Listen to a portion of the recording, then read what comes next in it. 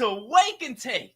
It's your boy Jason, and oh my God, do we have some football to talk about today, ladies and gentlemen? The season is over! We did it. We made it. We absolutely made it, and I could not be more excited to talk about Week 17 and the season as a whole on this morning's episode. It's gonna be a good one. I've got 56 takes to talk about today, so buckle up, take out your coffee mugs, and get ready for a good show.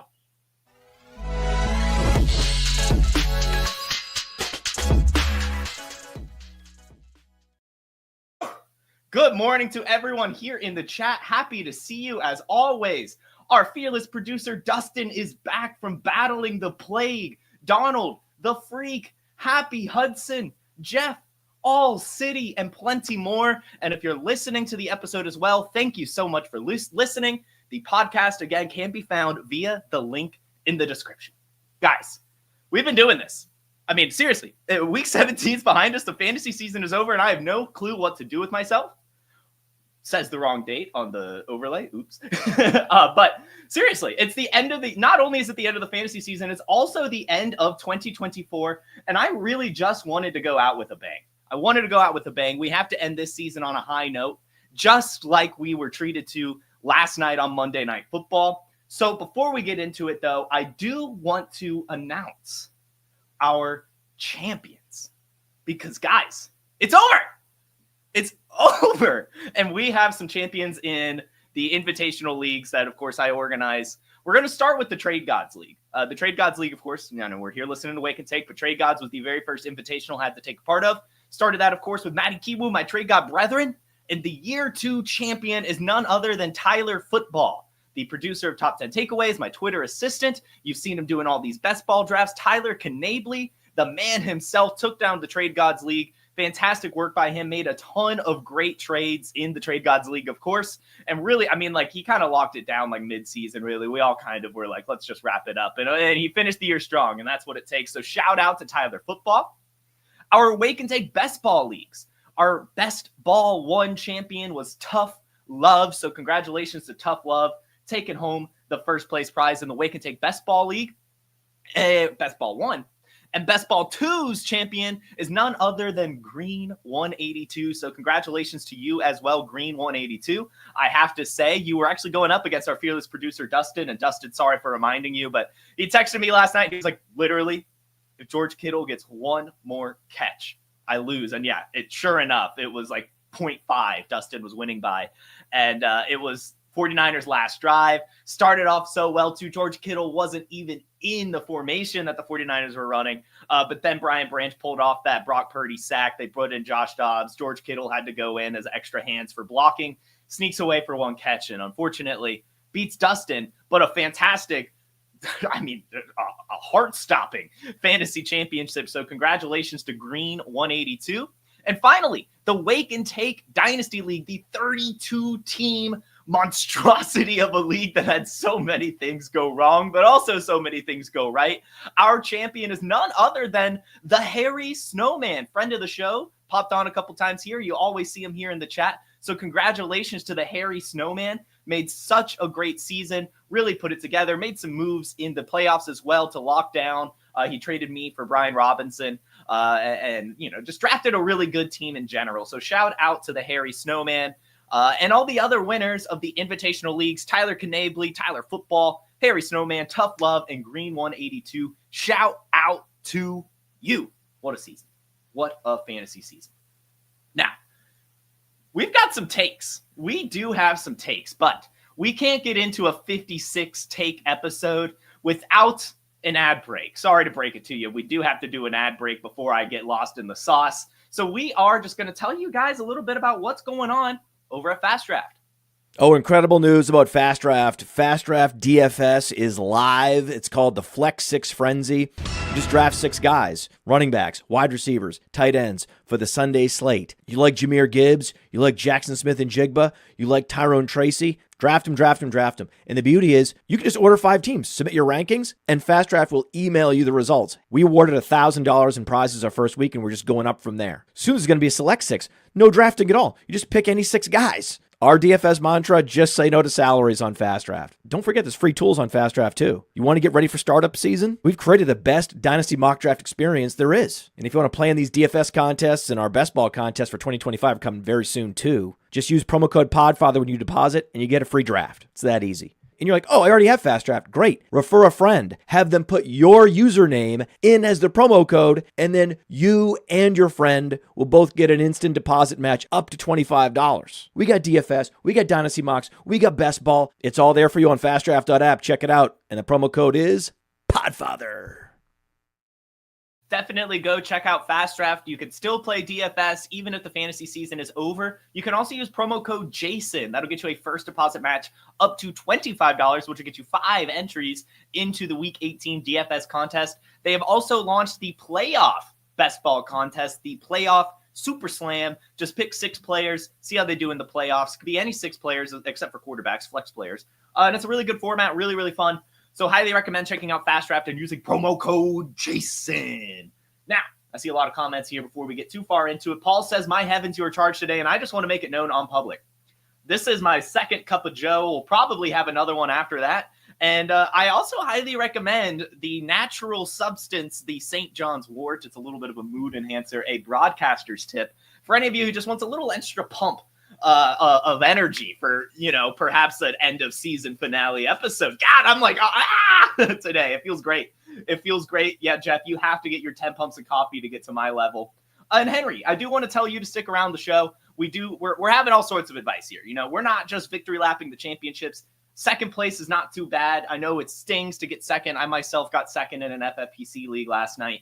But we're going to have Week 17 takes. We're going to have Dynasty takes. We're going to have season-long takes. I got 56 takes on the show sheet. Ask Dustin. He's looked at this Google Doc. It's insane. I started putting it together yesterday morning, and I just continued putting it all throughout the afternoon, and I'm just so excited to get into it. So why don't we go ahead and get into it? We're going to start with reactions to the week itself. We'll start with reactions to the week itself, and I'm going in reverse order, at least at the beginning here, because I want to talk about last night's football game.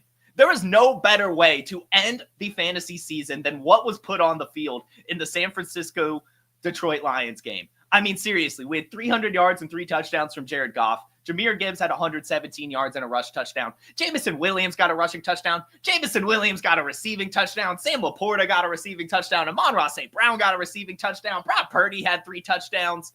Joshua Dobbs even got a rushing touchdown in this game. Ricky Pearsall looked like a phenom. George Kittle did his thing with over 100 receiving yards. And even Deebo Samuel and Kyle Juszczyk found the damn end zone in this game. Just what a game. If any of you were looking towards Monday Night Football, crossing your fingers for one of your studs to really show up, chances are they did, because it was insane what was put on the field last night, especially from my guy, Jamison Williams, who we'll be talking about later in the show, because I love Jamison Williams. As you guys know, he has my heart. I'm the president of the Jamison Williams fan club. And to see him end the year and really just give it to the 49ers again after what he did to them in last year's NFC Championship, it was really just beautiful to watch. And I needed Jamison Williams to go for 20 points to get second place in my FFPC Dynasty League. And boy, did he do that. So he locked down a prize for me and the Harry Snowman. We actually run that team together. So Jamison Williams, I've got to give my claps to. I'm 100% going to talk about this guy later in the show as well when we get to the season takes. But in terms of Week 17, I really just got to say, what a way to end the fantasy season. It does not get any better than what was put on the field last night. Unless, of course, you want to talk about the most Atlanta Falcons loss ever. Some people may argue, 28-3, that has to be a really soft spot or a sore spot, really, for Falcons fans. And yes, that's true. That's probably still the most Atlanta Falcons loss of all time. But when you're talking about going up against Jaden Daniels and the Washington Commanders in Washington with your rookie quarterback, and you start off the way they did, going up 17-7 at half, and then Kyle Pitts remembering how to catch a football and getting a game-tying touchdown with just a minute left to make it 24-24 after choking the lead again. The Falcons choked a lead in this game. And then Michael Penix, ice in his veins, finds Kyle Pitts on 4th down with just a minute left to tie it up. And then They sold 2 timeouts, a minute left. They get a 3-and-out on the Commanders with 50 seconds left. Then they get the ball back and they get into field goal range, but Raheem Morris forgets that you can use timeouts. Just forgets that you can call a timeout and basically lets time expire. The refs even tried to save him. I will argue till the day I die that was not pass interference that was called. The Falcons shouldn't have any business even kicking that field goal. And the fact that they then missed it is just more salt in the wound. It is just such a Falcons game. Such a Falcons game, I may add, that Olamide Zaccheaus became Randy Moss mixed with Terrell Owens, mixed with Jerry Rice in this game. Like, who in the world thought that Olamide Zaccheaus could go 8 for 9, 85 yards and a touchdown? Almost had a second touchdown, actually, that was called back by a touchdown. Just a total Falcons collapse, ending their playoff hopes. I mean, there's no way the Buccaneers lose next week. Did you see them play? This was the season for the Falcons, and they had it. They were up 10 points. Then they tied it up. Then they had a chance for a game-winning field goal. And they just couldn't do it. They just couldn't close it down. They just couldn't because they're the Atlanta Falcons, and that's just what they do. That's just what they do. And we'll have a bunch of other takes like that in the show. Some teams are just destined to be themselves. The Falcons are one of them, unfortunately.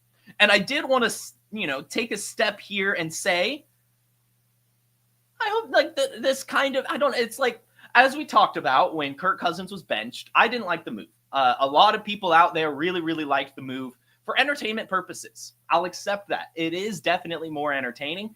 But my case was just that it's not that much different, really. Like, Michael Penix has 1 touchdown and 2 interceptions in the 2 games that he's now played. Been fine. I'll say more entertaining than Kirk Cousins. He can actually throw the ball downfield. But he's overthrowing like crazy as well. Like, we are truly developing Michael Penix right now. And like I said, this is just not the time to do it. I don't care that Kirk Cousins was looking like a shell of himself. He still had just finally thrown his first touchdown pass in weeks, finally got a win, and was trending in the right direction, and then they pulled the plug. It didn't make sense to me. It did not make sense to me in terms of running a franchise and trying to keep their playoff hopes alive. Because Michael Penix, at the end of the day, is a rookie quarterback. I know he looked exciting, but again, Kirk Cousins probably would have done a lot of the same stuff, and you could argue that with me. I'm sure a lot of you think that Kirk Cousins was done, but as we talked about, there were a lot of metrics. I mean, he was still top 10 in a number of passing metrics, including passing yards and completion percentage. I mean, like, he was fine. He just couldn't get the touchdowns, but they benched him after he finally got a touchdown and was trending in the right direction. So I just personally don't get it. I really don't. But at least we have now learned that Michael Penix definitely is the truth. He definitely is the franchise quarterback in Atlanta. He is very exciting. He needs to work on those overthrows, but to see him get the reps, to see the ice in his veins in particular, that is definitely exciting stuff. I'm just still not sure if it was really the right move because now the season's over. Kirk Cousins is tarnished. Michael Penix didn't really get to build too much confidence, really. It's just it's just And that's kind of the thing. We'll have some other takeaways like that too, but it just seems to me that this was purely an entertainment decision and not necessarily a trying to make the playoffs decision. And, maybe the Falcons organization felt differently, but that's not how I felt or how I feel about this game and team right now. It's just how it is. And while we're on this game, Jaden Daniels, who, again, we'll talk about later some more, I just got to say, what a player. I made a very brave decision to bench Josh Allen for Jaden Daniels this week in my Guillotine League. Still lost the Guillotine League. It is what it is. I got second in that one. But Jaden Daniels, what a player. Seriously, what a player. He's locked down Rookie of the Year, clinched the playoffs in this one, first winning record in years, and finishes the day with 200 passing yards, 3 passing touchdowns, and 127 rush yards. He was the offense. He is the offense. And he's a true stud and dynasty quarterback phenom. I mean, forever, right? Like, if you got him in your dynasty, you are over the moon. So those were 2 big games I really, really wanted to start the show talking about. But let's get into some actual takes now. We're going to rewind a bit to Christmas Day. Because on Christmas Day, Patrick Mahomes decided he remembered how to play football. He remembered how to be a good quarterback. He threw for over 300 yards and 3 passing touchdowns. And I also want to say he's finally unlocked these wide receivers as well. It's been kind of hit or miss. But over the last 3 weeks, Xavier Worthy in particular has been on fire. He has over 30 targets the last 3 weeks and 3 touchdowns. Seriously, he's been truly unlocked. And if you listen to Top 10 Takeaways yesterday, the Podfather talked about how Xavier Worthy's kind of sneakily catching up to Marvin Harrison Jr. in Dynasty. And I don't hate that take. I don't love it. But I don't hate that take either, because Xavier Worthy has looked awesome, and he's attached to Patrick Mahomes for probably the rest of his career. And to see these types of target shares for Xavier Worthy, it's truly, truly impressive, especially when you see the explosiveness and the performances that he's putting on the field. Just love what Xavier Worthy has been able to do to end the year. But also, Patrick Mahomes, why'd you wait so long? Why did you wait until the last couple weeks of the season to remember to play football? I will remember that.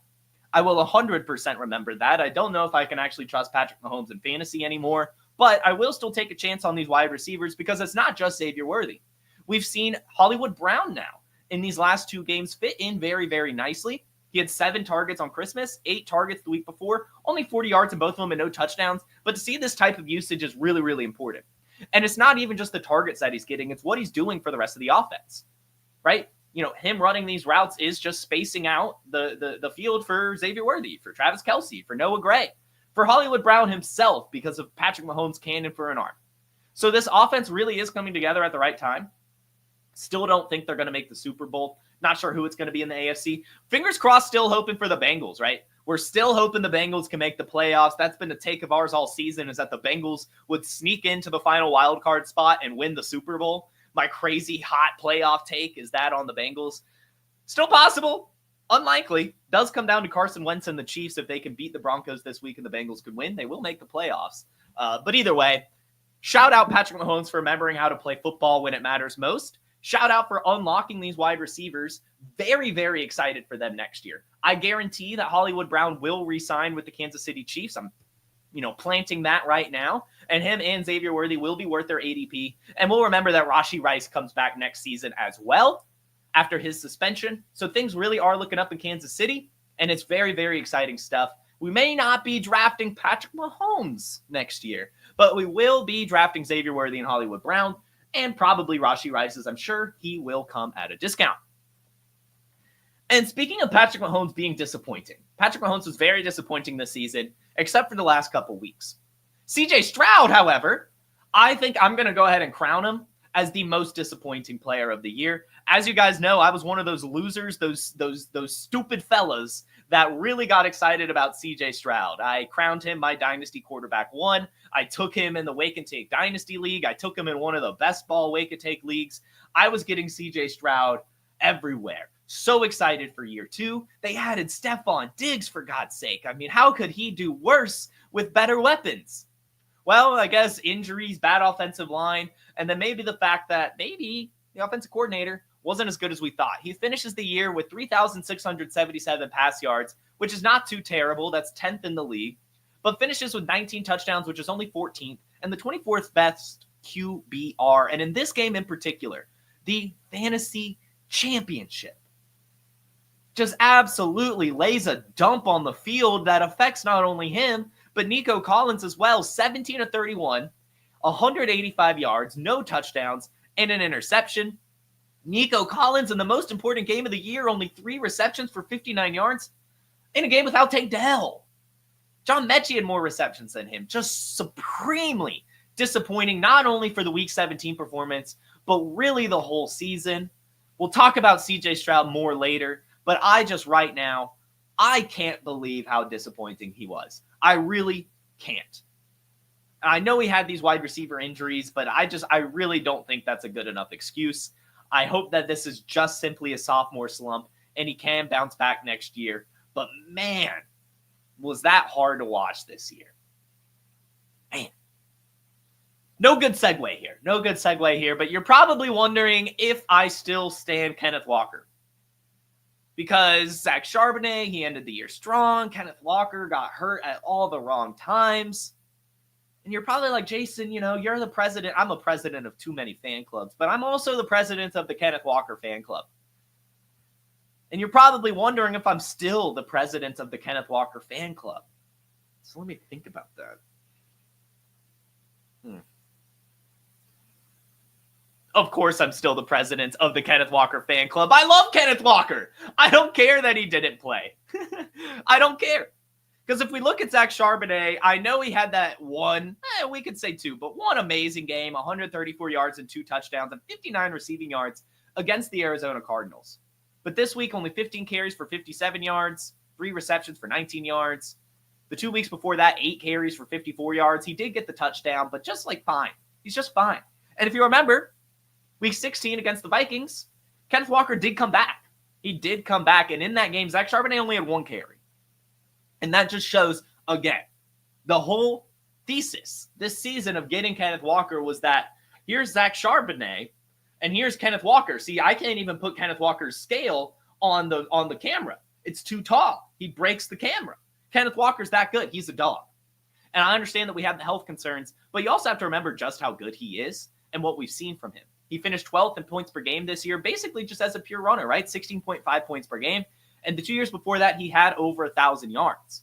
The Seahawks offense is going to get better over time. And Kenneth Walker truly has one of the best profiles in the NFL. So I will not be giving up on him. I still stand K9.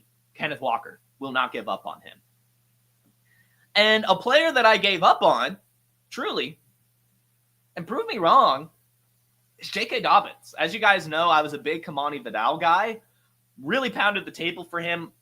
It kind of lined up for him to have an opportunity, and he just never really seized it. But J.K. Dobbins seized his opportunity and then some. He finishes week 17 after, being injured, misses a month, comes back, has 19 carries for 76 yards and a touchdown, catches a pass as well, and looks like nothing had stopped him. And I know that he did get injured, but he only missed 4 games, and then to return this well in the biggest game of our fantasy season and play that well, J.K. Dobbins deserves his flowers, and I am just, I would say, disappointed in myself maybe for just fading him just purely for health concerns, because we do know that he has an athletic profile. Now, I still will maintain, if you watch him play, he definitely loses some steam, to put it lightly. He's definitely still not 100%, nor will he ever be. But still, J.K. Dobbins at 70% is still better than a lot of running backs in the league. So to see him do this in this system on a discount deal, I wouldn't be surprised if he's back in Los Angeles next year on another discount doing something similar. So just shout out to J.K. Dobbins. I know he did get injured, but it wasn't like a season-ending one like we were really expecting. And even when he did go down, or when he went down, the running game severely suffered. Gus Edwards was ass. And Kamani Vidal, I think he should have been given more opportunity. I think ultimately that is what held Vidal back, as they just kept giving the rock to Gus Edwards instead of seeing what they had in Vidal. But still, they suffered in the run game without J.K. Dobbins. So again, Dobbins deserves his flowers. What a year for him. And shout out to him for bouncing back in week 17 and getting us double-digit fantasy points out of nowhere. Shout out J.K. Dobbins. And what happened to Ramondre Stevenson? 20 minutes before the game, it's announced that Antonio Gibson is going to be the starting running back. And then Ramondre Stevenson finishes with 2 carries for 1 yard. Antonio Gibson, for that matter, 12 carries for 63 yards. It's strange. I don't know what happened. There's not much information out there about what happened. And I have to ask, is this just the nail in the coffin for Ramondre Stevenson? Is this rest in peace Ramondre Stevenson? And I think it's no. I don't think so. They did just extend him. It's just a weird move. He's still under contract really through 2028, but they do have an out after 2026, which I'm sure is probably the path that they'll take. But he's still under contract at least 2 more seasons. And I can't imagine that they would just not give him the ball. So I'm not really sure what this is, to be honest with you. I don't know if it's just them trying to see what they have in Antonio Gibson, if they maybe want to re-sign him to be the RB2 again next year, or if they really if something happened behind the scenes with Ramondre Stevenson. I am very curious what happened there. Only 2 touches in the fantasy championship. Where'd that come from? And to announce it 20 minutes before kickoff? What the hell, Patriots? What the hell? So, again, not really sure what happened here because, he earned that extension. He was having a pretty decent year. He's had multiple 20-point games this year, has handled the load very efficiently. Honestly, just a confusing one. Not really sure what happened, to be honest. So, Ramondre Stevenson, though, we'll see. We'll see what happens. Of course, he's still under contract for the next 2 years, still playing well. Just this game in particular, completely erased, and they used Antonio Gibson. Again, we'll see. The Patriots, obviously they're not playing for anything, so maybe they already like what they've seen from Ramondre, but I just think it's a little odd because, they were still using like Drake May and everyone else. So I don't know. It's definitely something to keep your eye on. Another thing to always keep our eye on is the T. Higgins Bengals situation. This has been a rumor for like 3-4 seasons now that T. Higgins will not be a Cincinnati Bengal the next season, and somehow they find a way for him to be back on the team. But T. Higgins has ended the year super strong, and I want to shout him out for his fantasy championship performance. 11 receptions, 131 yards, and 3 touchdowns.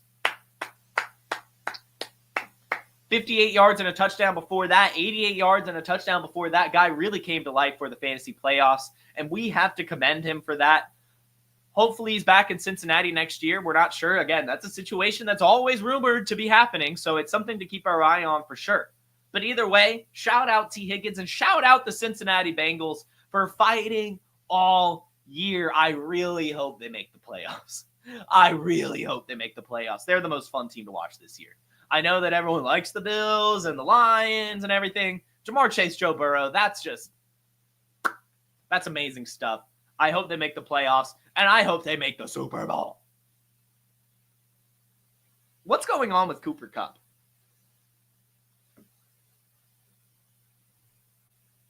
What is going on with Cooper Kupp? Seriously, what is going on with Cooper Kupp?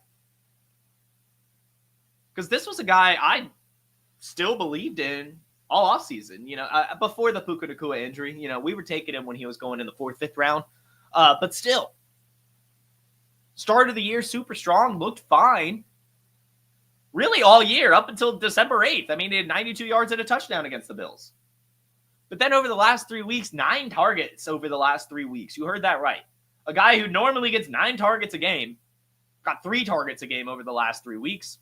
Only 4 receptions for 53 yards and 0 touchdowns over the last 3 weeks.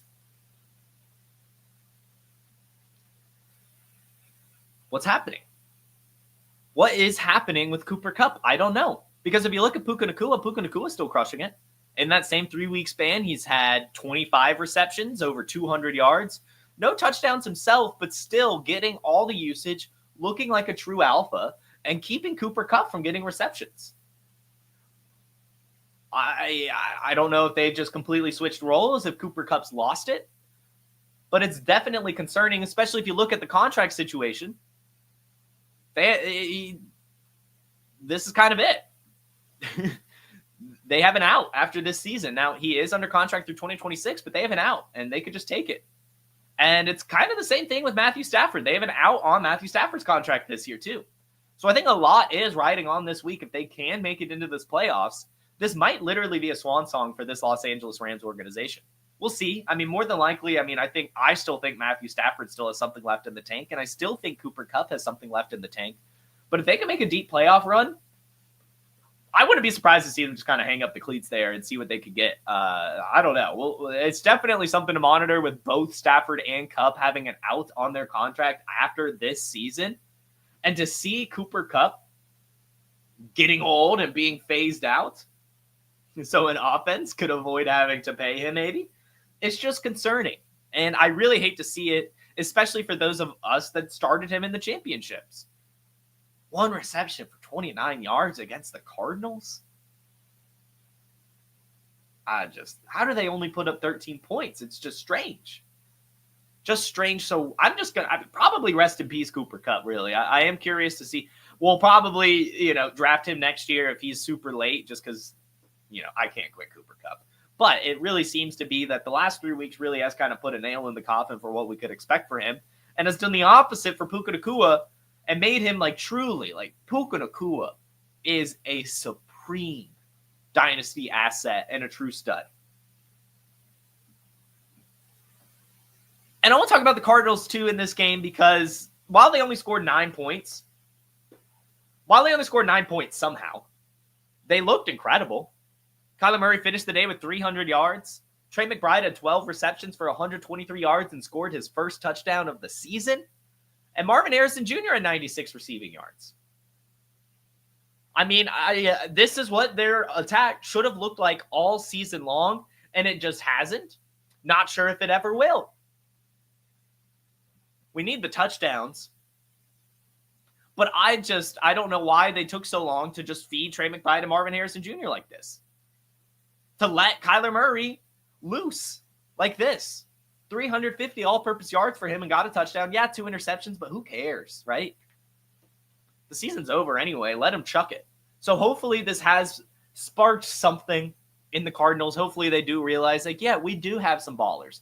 We'll talk about Marvin Harrison Jr. later. But Kyler Murray, he's still talented. I know he's small and struggles to see over the line. But he can still find these players and perform well. I mean, 48 pass attempts. Just give him that every time. Just give him that every time. Just put the ball in Kyler Murray's hand. It's not that difficult. Because he's got some serious weapons in Trey McBride and Marvin Harrison Jr., and they just held them back really all season. So it's really cool to see them get unlocked in the championship here. Hopefully that lesson goes to next year. And a lesson we'll take into next year as well is Kendre Miller. He's just injury prone. Poor guy. Had the ACL out of college, and then since being in the NFL, he's had a hamstring strain, a bruised shoulder, an ankle sprain, another hamstring strain, and another hamstring total injury. Got concussed early in this game, and that's it, right? Like, it's just, he's just hurt all the time. And we'll always remember, you're injury prone until you're not. But he really, that's a lesson we have to remember, is this guy just gets hurt. He just does. It is what it is. They re-signed or extended Alvin Kamara, so he's still there next year. So Kendre Miller is still only going to be in handcuff land. But still, he is truly injury prone, and I'm very curious to see how the Saints attack their running back room at the end of the season or in the draft, because I think that Kendre Miller has kind of proven who he is, for worse, given his injury history. And real quick, I want to pat myself on the back, because I never fell for that Dan Spencer Rattler hype. I left the Senior Bowl. And I remember the rumblings from everyone in that crowd in the stands watching, just like, oh, Spencer Rattler's it. And I just kept having to rub my eyes. I was like, what are you guys talking about? Spencer Rattler? He's looked awful. This whole Senior Bowl, he's looked terrible. He didn't look good in college. Always disappointed in college even. Never lived up to his hype. And look, I'm telling you guys, he looked awful at the Senior Bowl. Go and watch my Senior Bowl takeaways episode. I never got it, but people were so in on him. There was times where people thought Spencer Rattler was going to take Derek Carr's job. And I was like, guys, stop. I was taking Carter Bradley over Spencer Rattler. That's how much I did not like Spencer Rattler after the Senior Bowl. So I just want to pat myself on the back for that, because that hype kind of got ridiculous. People were calling him a messiah, for God's sake. And it was just look at these game logs. Totally, over the year, in his 6 starts, 5.5 starts, 100 out of 186, 1,000 yards, a 55% completion percentage, 3 touchdowns, and 5 interceptions. A 36.8 QBR. It's almost like players are what they are. He never showed anything in college. Didn't show anything at the Senior Bowl. He fell so far in the draft. Do you really think that NFL teams are going to pass up on a talented quarterback that long? No. He was not good. So remember that next year when we have a 4th round, 5th round quarterback rookie who's a backup to Sam Darnold or something, wherever Sam Darnold ends up. And we're like, yo, he's going to win the starting job. No, he's not. He was taken in those rounds for a reason. And he's bad.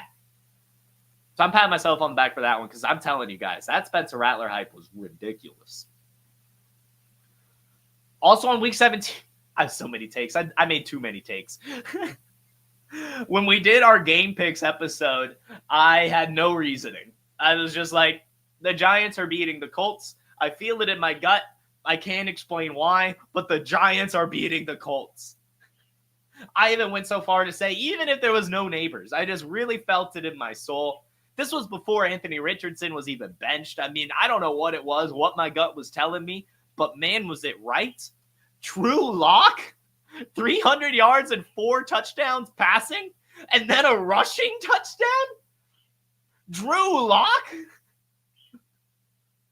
What?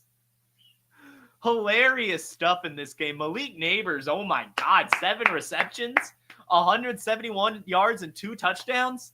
Wan'Dale Robinson in the end zone. Darius Slayton in the end zone. What a game from the New York Giants. I can't believe it. It's like, I see Tyler here in the chat. It's like the Texans a few years back when Davis Mills decided to win games at the end of the year just to affect the draft order. Drew Lock's like, give me that contract. I'll be your franchise. They won't do it. But, man, they maybe should, because what a game. Seriously, like, what a performance. Granted, it was the Colts defense who have, not been good all year, but still very impressive to see. 17 of 23, 309 yards, 4 passing touchdowns, and a rushing touchdown. Again, Drew Lock. That's how you play quarterback. That's how you run an offense.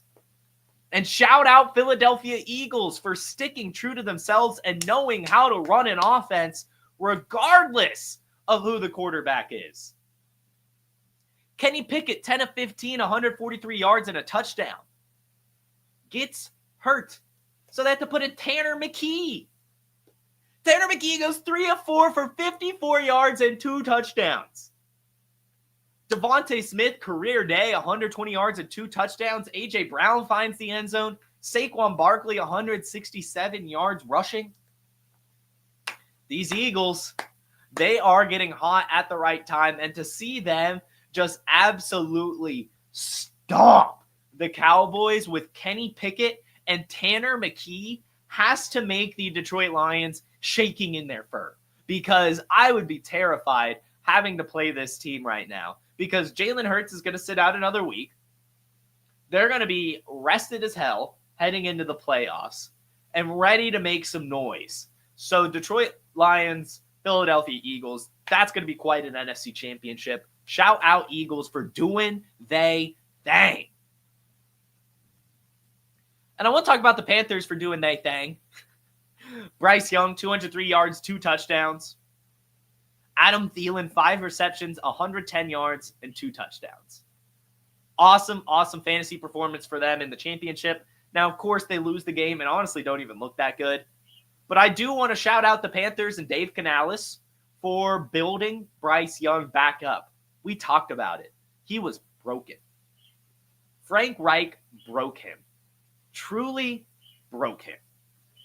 Benched him, let him reset, gave him the confidence he needed, and let him ball out the rest of the season. Now, I do want to add, though, I'm very curious to see what they do without Adam Thielen because he's only getting older. And if you look at the game splits with Adam Thielen in the game, it's not that encouraging, to be honest with you. It's really, really not that encouraging. We could just look at the last 4 weeks, for example. Adam Thielen had 110 yards, 2 touchdowns, 43 yards and a touchdown, 5 receptions for 51 yards, and 102 yards against the Eagles. Those are the last 4 weeks. And the last 4 weeks for Bryce Young, pretty decent as well. 200 yards, 158 yards, 219 yards, 191 yards. Some touchdowns in there. But then just without him, he's just pretty poor. So I want to see what happens there. I think it'll be fine. I mean, the Panthers have a high enough draft pick to get a new wide receiver.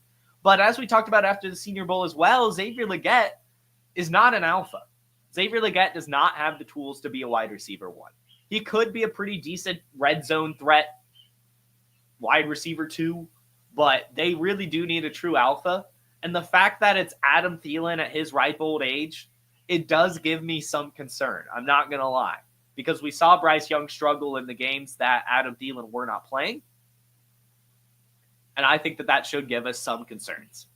But we'll see. I do believe that Bryce Young has, unlocked himself and is ready to use everything he's built up to go forward and kind of reestablish himself as worth the number 1 pick. Maybe not the number 1 pick, but worth the first-round draft capital, worth investing in him as the franchise quarterback. I do still think he's good and has the tools.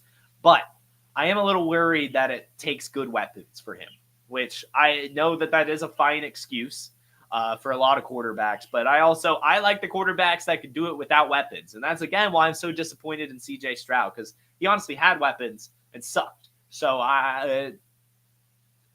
the duality of man, Bryce Young and CJ Stroud. I mean, seriously, CJ Stroud kind of had a better year too or Bryce Young had a better year too than CJ Stroud. What's that about?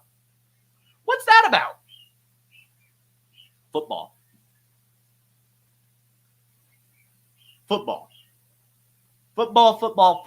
Baker Mayfield knows how to play football. Wow.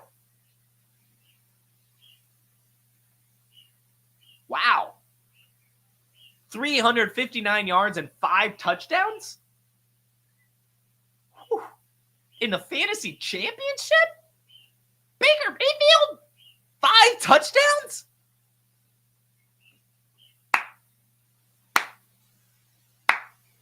Wow.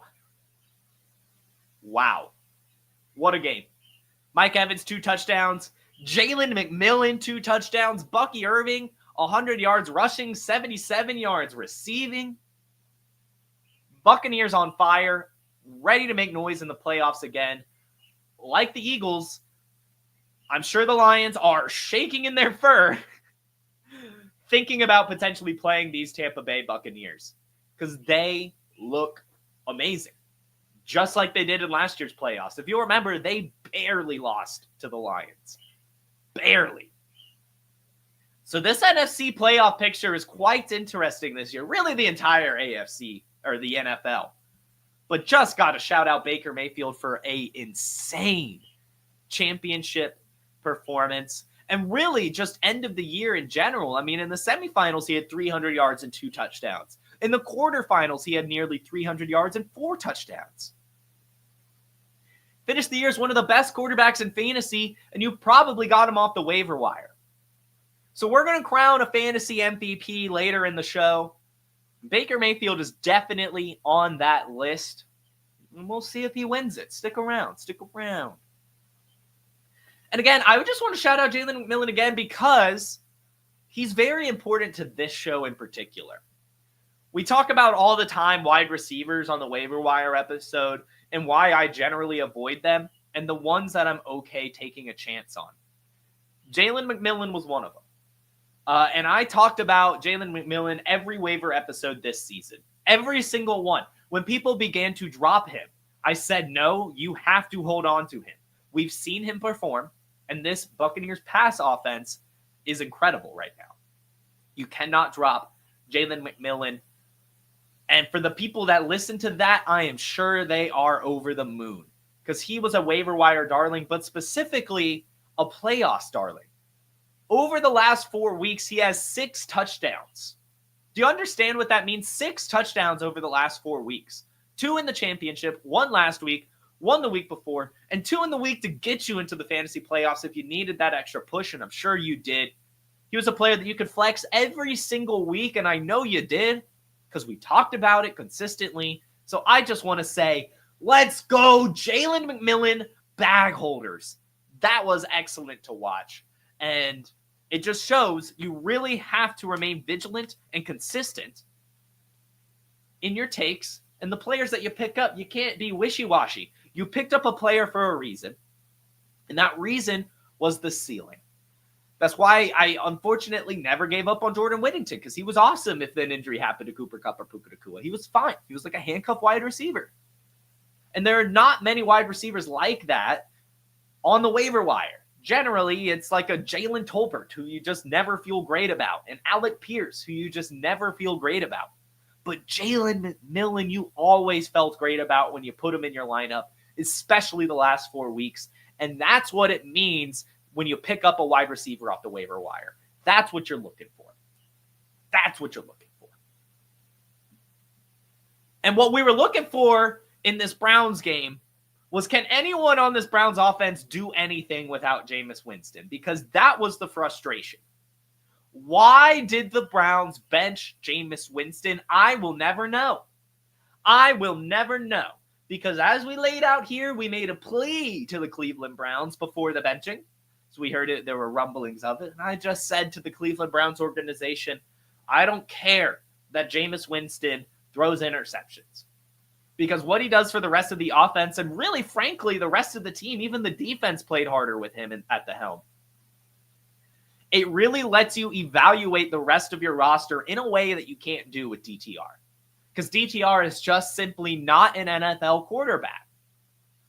But in this game, he got Jerry Jeudy the ball, and that is all we can ask for. 18 targets to Jerry Jeudy, 12 receptions, 94 receiving yards. Great performance from Jerry Jeudy, despite DTR, and that is incredibly encouraging heading into next season. I'm 100% shopping around for Jerry Jeudy in Dynasty right now, just in case, because I don't know what the Browns are going to be able to do this year. We'll talk about a little bit later about the Browns for sure. I have one more take about them as we get into the season-long takes. But Jerry Jeudy looks to be awesome, getting a ton of volume and doing a lot with it. He's invested in this team. And what I like about wide receivers and fantasy in general is I either want a really good team or a really bad team. I don't really want anything in between. And I think that the Browns are that kind of team. They are pretty terrible. And that's going to lead to lots of passing volume for Jerry Jeudy, whether or not it's garbage time, whether or not whoever quarterback is next year. I want to try to see what Jerry Jeudy costs. I know he's gotten a lot more expensive, but I also know he's in that weird realm of like people trying to sell high, but it's not quite selling high, as we don't know if he's really reached his ceiling yet. I think it's just simply buying and selling.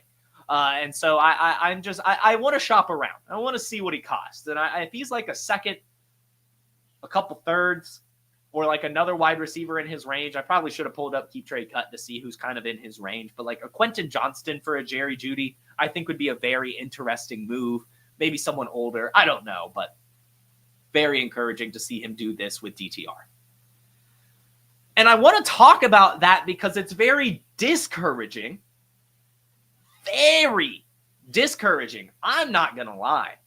I have a sour taste in my mouth from this Miami Dolphins offense without Tua. To see them be this bad without Tua really, really raises some alarms to me. Because to me, and really a lot of the fantasy community, we've talked about it, if you have good weapons and you're an athlete, you're a good player, you find a way. You find a way. Tyreek Hill finds a way.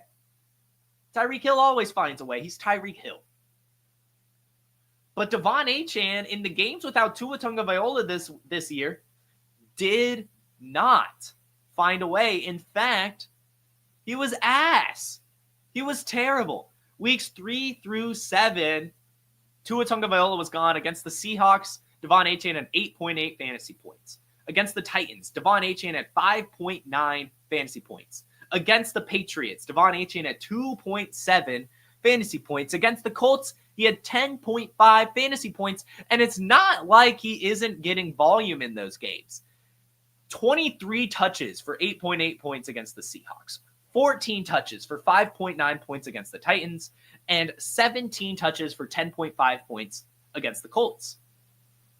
Again, I understand that no Tua is going to affect the touchdown equity, but the whole case for Devon Achane is he can take any carry and make it a home run, right? Like he can score a touchdown from anywhere on the field because he's explosive. But why is he not explosive with a backup quarterback? In fact, that should honestly be a time where you're more explosive. You know, the team is leaning on you. You're getting more carries. You're expected to play better and you play worse? A lot of it's going to be he doesn't get the receptions that he gets with Tua. But again, that's not necessarily what I'm hoping for a dynasty running back, especially that is that expensive. So I'm not going to lie. I'm starting to get wishy-washy on my Devon Achane love because I want to see these guys perform with or without their quarterback. I know this week in particular, they just kind of stopped using him, right? Like the season's over for the Dolphins, but still 10 carries for 25 yards before leaving, going wherever he went. So I'm just concerned. And I'm going to leave it at that. I would be shopping around Devon Achane if I had him. I think that there's a lot of different value out there. Even when the ceiling's there, I don't like that he can't do it without the quarterback. We have the concerns with Tua and his longevity. So I just want to say my alarms are raised that Devon Achane can't ball without Tua Tagovailoa. And that's where I'll leave it. And that's where I'll end the Week 17 takes. We've got a lot more to talk about, baby. We've got a lot more to talk about. But why don't we hear a little bit about the Player Profiler player rankings that were just incredible this year?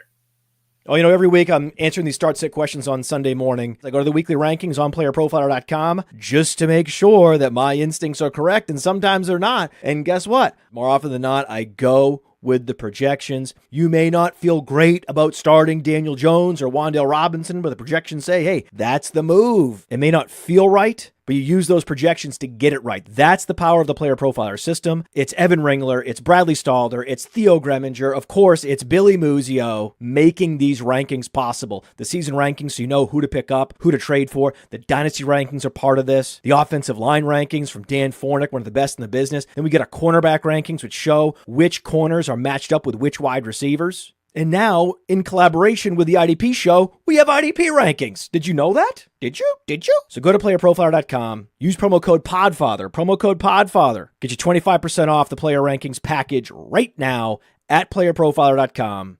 Enjoy!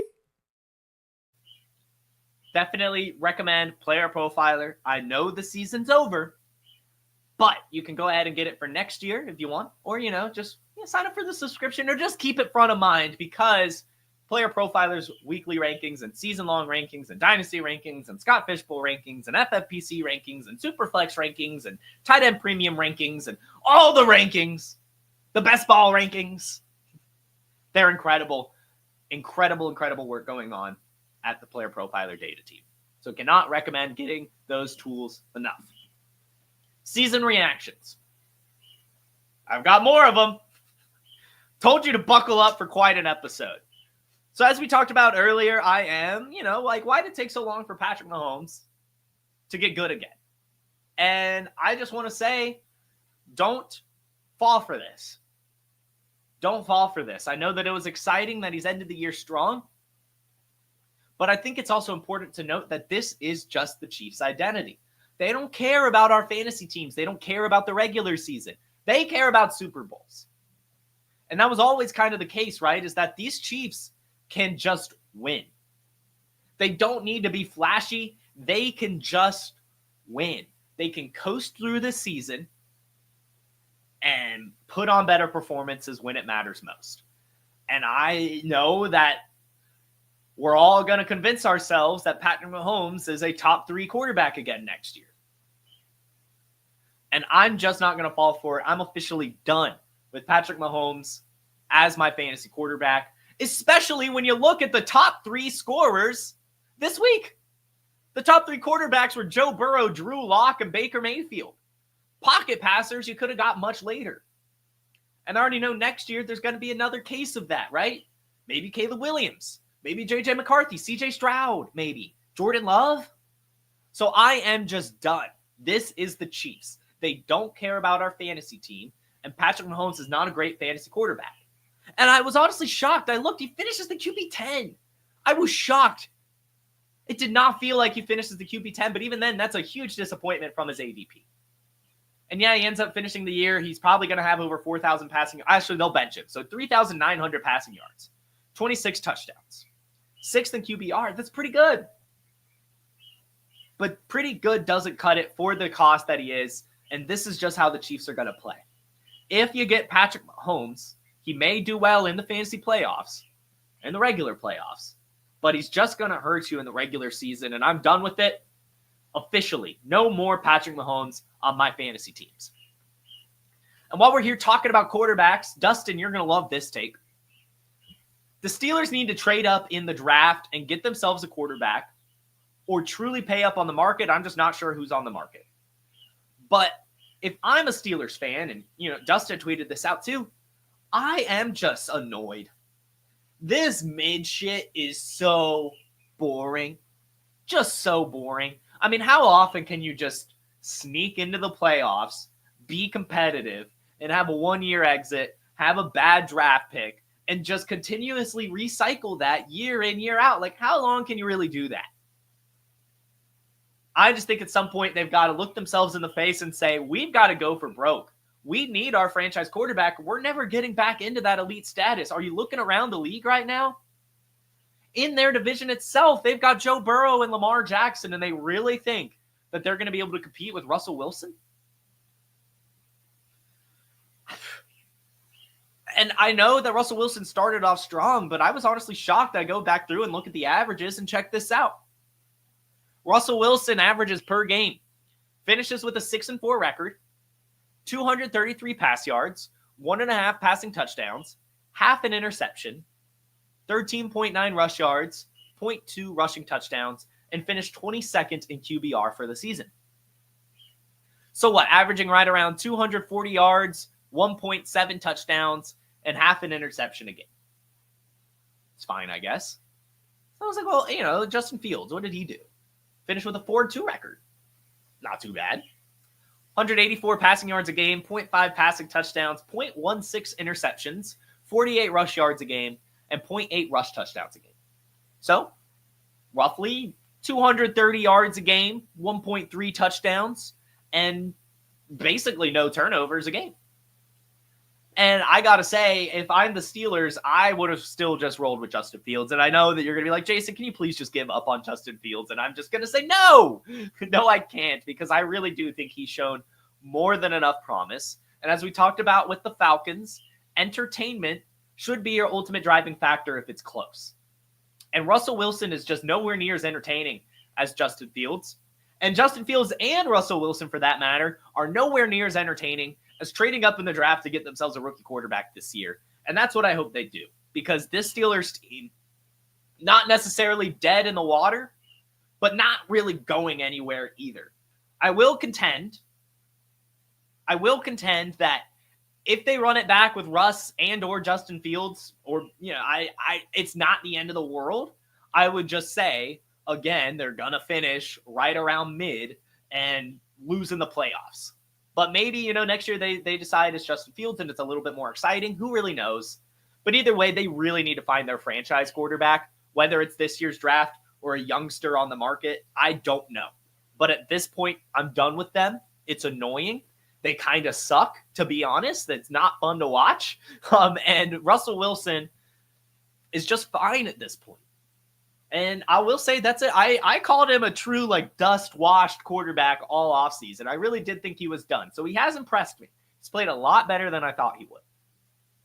But they need a franchise quarterback at this point. I'm tired of this mid shit. It's boring. Boring. And another team that needs to get themselves a quarterback is the Seahawks. And you might call me crazy for this one, and I'm not sure if they're going to be able to even do anything about this, especially if they do end up making the playoffs. But Geno Smith is just totally fine. But just not quite it. Just not quite it. And I know he finishes fourth in passing yards, actually, 4,097 passing yards. But only 19th in passing touchdowns, threw for 15 interceptions, and was 21st in QBR. And he did all of that with the third most pass attempts. So he was slinging that thing. So of course he's going to have all the yards, but no touchdowns is just really concerning. And really it's just he's just not it. He's had his time. I'm glad to see this kind of resurgence. But if I'm the Seahawks, especially with a new coaching staff, I really have to ask myself how much longer I want him as my bridge quarterback. Now, if they make the playoffs, he's probably back another year, which is fine. I just really I want them, just like the Steelers, to really look themselves in the face and make the decision. Are they ready to commit to developing a franchise quarterback, or are they just going to kind of stay in quarterback purgatory with Geno Smith? And again, it's fine. It's exciting they've made the playoffs, but they're not a Super Bowl team. They're not really even a playoff team. They're just lucky the rest of the division also collapsed this year.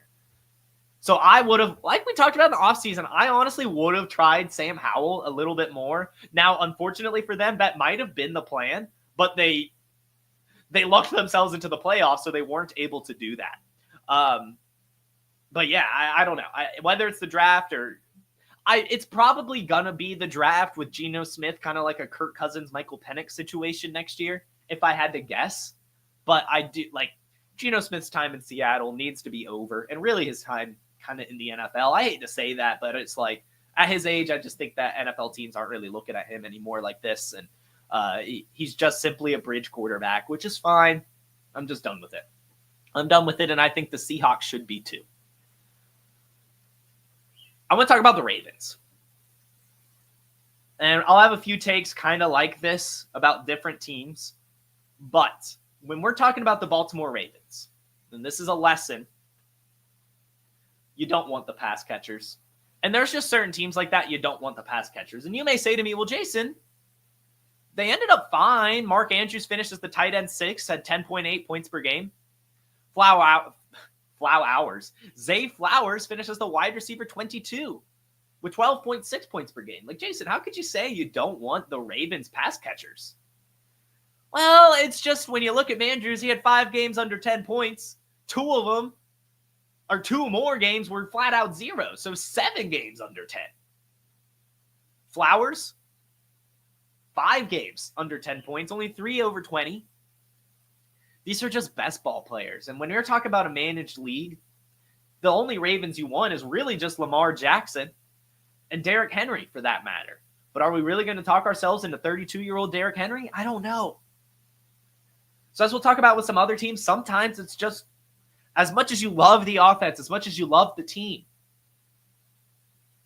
you just want like the quarterback and the running back, really. Like the wide receivers, they're too hit or miss. For me, I hate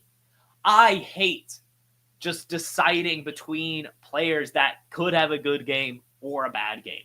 I want my consistency or just like a couple of these players that have the ceiling on a true like just passing team. There's just simply not enough passing volume in Baltimore to really take a chance on Zay Flowers and Mark Andrews at cost. Because we saw what happened to Mark Andrews drafters. They all dropped him, which we told them not to on this show. I was huge on not giving up on Mark Andrews because, remember, he got in a car crash before the season.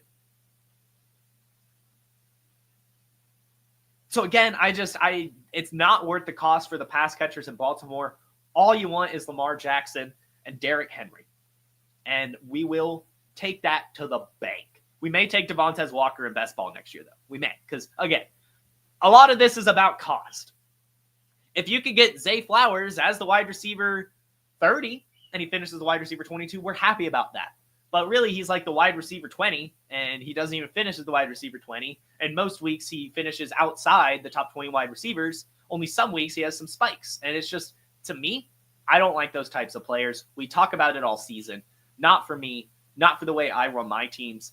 And I'm going to remember that going forward. Drake May is the truth. Drake May is the truth. Since he took over, he's been the QB 13 in fantasy, averaged 16.8 points per game. He's finished the year. I guess he has another week, but he just has been fantastic. He's 9th in money throws. If we're going to look at some metrics here, which is just showing how accurate he is, he's 4th in pressured completion percentage, which shows that he can do well under pressure. His production premium, he's 6th in that. That's showing how much better he's doing in certain situations.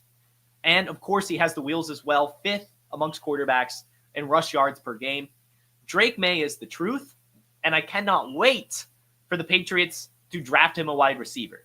The way it's looking like right now is they are the number 1 overall pick. I think they'll trade back to a team that wants a quarterback. They'll get a ton of draft capital and maybe someone on top. Like, imagine, like, the Giants want a quarterback, but they wouldn't trade in Malik Neighbors. But there's maybe a team out there like we're going to tie in a take. We're just calling it here. Seattle Seahawks trade up to the number 1 pick with the New England Patriots. They give their 2025 first-round pick, their 2026 first-round pick, and DK Metcalf for this year's number 1 overall pick. And they get themselves Shedeur Sanders probably, or whoever else ends up doing well. But that's my take now. The Seahawks trade DK Metcalf in a first or something for the number 1 overall pick. That's what we'd like to see, right? We want to see a team trade a wide receiver and a first-round pick to the Patriots, and then they can do whatever they want with their first-round pick. Or they could trade, to the Giants and just get one of the top wide receivers early. and some other draft capital. But either way, the Patriots are coming out of this draft with a wide receiver for Drake May. So get Drake May while you can, because he's the truth. And so is Bo Nix. Bo Nix is also the truth. And this was my take all season, right? Is all of these rookie quarterbacks would hit. The only one we haven't seen hit yet is J.J. McCarthy, which is, hopefully he hits. I think he will. I mean, we haven't seen a quarterback play bad in Minnesota, so I'm just going to go ahead and say bye, J.J. McCarthy. But Bo Nix is the truth as well. He finishes the year with 3,454 passing yards, 25 touchdowns, and only 12 interceptions. 25 passing touchdowns is tied for 8th in the league. And he also added 383 rush yards and 4 rushing touchdowns. An incredible season for him. He was top 10 in pass attempts, which was awesome. Fantasy points per game. It pressured throws, but he still was okay. 2nd in clean pocket accuracy rating, 3rd in red zone accuracy rating. Did well against man. Had, of course, the rushing prowess as well. Bo Nix is the truth. Really, all these rookie quarterbacks are. So shout out to them. I know Bo Nix isn't winning Offensive Rookie of the Year anymore, but still an incredible, incredible season for him. This is the first Broncos winning season since 2016. Can you believe it? It has taken that long for them to find themselves a quarterback in a winning season. They've finally done it. So shout out to Denver for getting right. And shout out Bo Nix for being the truth. Okay, so as I talk about, Lamar Jackson kind of being the only one you want on Baltimore, or as we talk about, maybe on the Chiefs, you don't want Patrick Mahomes, but we'll take the pass catchers. We'll take the pass catchers. They should be decent. Well, Josh Allen is kind of the anti-Patrick Mahomes, and similar to Lamar Jackson, he's the only player you want in Buffalo, really. He's just a cheat code. And arguably, you could say James Cook, but I'm just not sure. We'll see where his price settles. Because James Cook is very, very expensive right now as well. And I don't know. I just want Josh Allen. I just want Josh Allen. I got a fun take from Dustin. He's like saying, I would rather just win fantasy without Josh Allen. But if you've got Josh Allen, you pretty much win the league. And I just think that really does mean something. So Josh Allen, truly a cheat code, finishes the year as the QB2.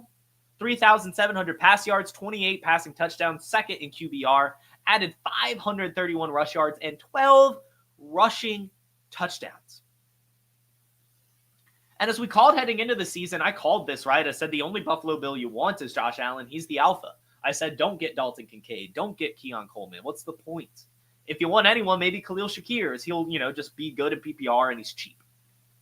But Josh Allen is the one you want. He's the QB2 in fantasy, averaged 24.1 points per game. And when we talk about his other weapons, the ones that we drafted, okay? The ones that we actually drafted. Because Khalil Shakir, again, he did well. He finished as a wide receiver 31, averaged 12 points per game. At cost, he was awesome. He was fine. But you know what I'm trying to say here. Because you look at the wide receiver, Keon Coleman. He was the first Bills wide receiver we took. He finished as the wide receiver 71. And only averaged 8.8 points per game. Dalton Kincaid finishes the tight end 26 and only averaged 7.8 points per game and had zero games over 15 points this year. So not even a best ball tight end. James Cook, though, RB9, 15.9 points per game. We take that. I just, again, want to see where his price settles before I say I for sure want James Cook. You definitely wanted him this year and last year. And you'll probably want him next year as well. I think he's pretty sweet. But as we saw in this week's game, they are starting to work Ray Davis in some more as well. So I would just say Josh Allen, he's the cheat code. He's the anti-Patrick Mahomes. And he's the one that you want on your fantasy team on the Bills. As teased earlier in the show, I have some takes about teams. And one of them was the Falcons. They're always going to be the Falcons. Just is what it is. That was the most Falcons game ever. And this was the most Falcons season ever, right? As I talked about heading into the season, the second Kirk Cousins was signed, I said on camera, I highly recommend finding this episode because I was pissed about the Kirk Cousins signing, said it was the most Atlanta Falcons thing ever. How could you pay a 36-year-old quarterback with 0 playoff wins coming off an Achilles tear that type of money? How? What are you really expecting? And then they compound it by taking a quarterback Top 10 in the draft.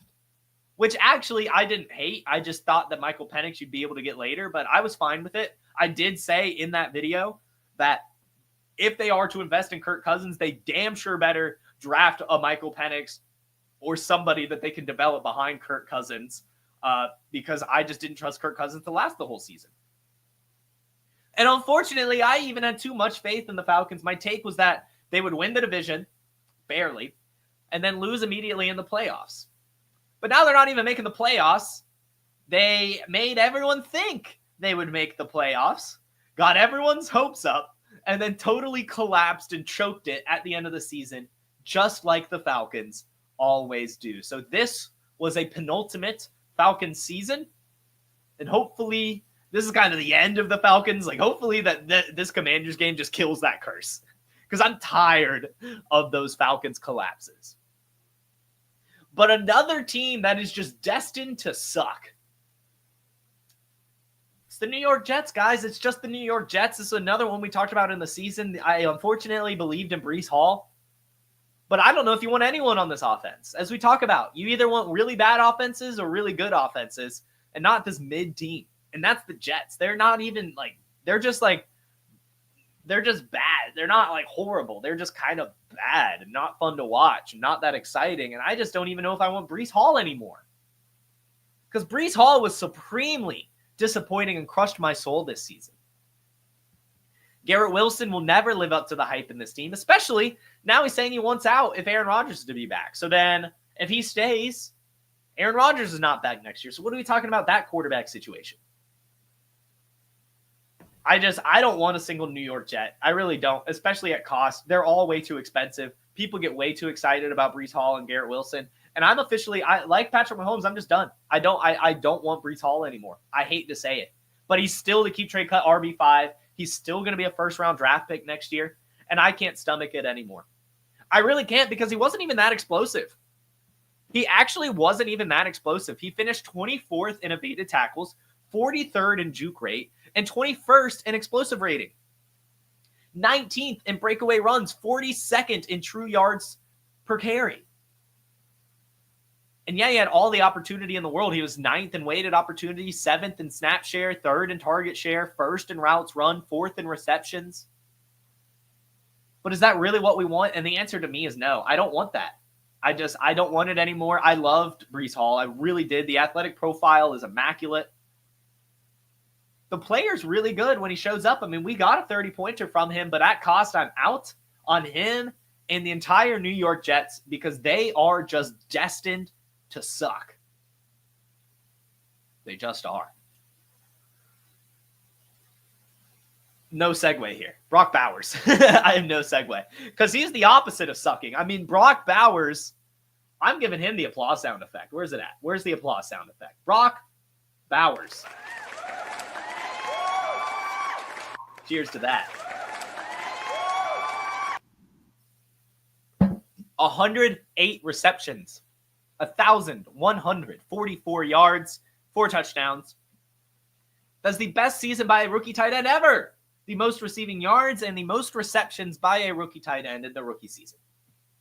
So shout out Brock Bowers. He is another player that we will keep in mind as we later crown the 2024 Fantasy MVP. But Brock Bowers absolutely crushed it. Have to give him his flowers. True fantasy darling. Because he finished top 3. We'll just say top 3. Targets, target share, air yards, slot snaps, routes run, deep targets, fantasy points per game, expected fantasy points per game, yards after the catch, receiving yards, receptions, yards per team pass attempt, juke rate, dominator rating, expected points added, best ball points added, and of course finished as the tight end 1 in total fantasy points. Brock M.F. Bowers. And I also briefly want to talk about what the Raiders should do at quarterback as well. Obviously, Aiden O'Connell's not the answer. Gardner Minshew was not the answer. This is another team I would love to see trade up for a rookie quarterback, or, get someone. Oh, God. Sam Darnold is a Las Vegas Raider, isn't he? Sam Darnold is totally a Las Vegas Raider. This thought just hit me. This isn't in the show sheet. Sam Darnold is going to the Raiders. Calling it now. I think that'll be good for Brock Bowers. But I'm not sure. I'm really not sure if Sam Darnold is the future. You know, if he's truly bounced back or if that's a Minnesota thing. We'll talk about that in a second. Because I want to talk about soul searching just a little bit more. You know, as we've talked about it with a few teams now, like they really need to look themselves in the face and figure out who they are. Something we all should do, by the way, New Year's Eve, look yourself in the face today and ask yourself who you want to be. Who are you as we go forward to 2025 next year? But another team that should also do some soul searching right now and for the rest of this offseason really is the Indianapolis Colts. Because they look so good with Joe Flacco at the helm. They really do. They look like a completely different team. And it's interesting because they look pretty solid with Anthony Richardson as well, you know, even if it's hit or miss. So I just want the Colts to really look themselves in the face and say, hey, who are we committing to? And if I'm the Indianapolis Colts, I'm committing to Anthony Richardson and Jonathan Taylor. I've got a really good rush attack. And Anthony Richardson has a cannon for an arm. And guess what? We have Adonai Mitchell and Alec Pierce who can stretch the field. So I think the Indianapolis Colts should trade Michael Pittman. Or just get rid of him. As clearly he does not mesh well with Anthony Richardson. And they worked too hard to get him the ball, fitting a square into a circle hole. That's just not the answer for the Indianapolis Colts. They need to get rid of Michael Pittman. Commit to a really heavy set. I'm talking Anthony Richardson and Jonathan Taylor in the backfield. Kylan Granson, Alec Ogletree blocking with Jelani Woods also running some routes as he's an athletic tight end. Josh Downs, of course, giving some intermediate safety net stuff to Anthony Richardson. And then, of course, just Adonai Mitchell and Alec Pierce just running sprints. That's how this Colts offense needs to run. And I hope that they do it. Definitely keep your eye on Michael Pittman because the Colts really need to find themselves an identity. They were two different teams this year, and they need to choose one if they want to figure this out. Why was Brian Thomas Jr. so faded? I never got it. We talked about it a lot here. He was my, I guess, wide receiver 4, and I wish I was higher. But, you know, actually he was 5. Damn, I should have been higher. But it was, for me, which is awful, Marvin Harrison Jr., Roma Dunze, Malik Neighbors, Xavier Worthy, and then Brian Thomas Jr., and then Ladd McConkey, Keon Coleman. But I was taking Brian Thomas Jr. Like, I liked him a lot. I was drafting him, and I never understood the discrepancy between him and Malik Neighbors, to be completely honest with you, and that's because I never watched LSU football, so maybe I just didn't know. But when you look at the paper, right, best comparable DK Metcalf, 6'3", 210 pounds, runs a 4.33, 99th percentile catch radius, just had 17 receiving touchdowns in college. First-round draft pick, alpha potential in Jacksonville with a decent quarterback in Trevor Lawrence. Why was he so faded? I mean, he was going like after Keon Coleman, after Ladd McConkey. And I didn't really get it. I really, really didn't. And this is why he finishes the year with 1,179 yards and 10 touchdowns. Ends the year super, super strong. 3 straight 20-plus point performances. With Mac McCorkle-Jones. Brian Thomas Jr. is a true alpha stud, top 10 dynasty wide receiver. And frankly, I think belongs in that Malik Neighbors tier at this point. Because, I mean, they were teammates. I think this is Justin Jefferson, Jamar Chase all over again. And he's a total stud. And the Jaguars' offense is only going to get better. So really shout out Brian Thomas Jr.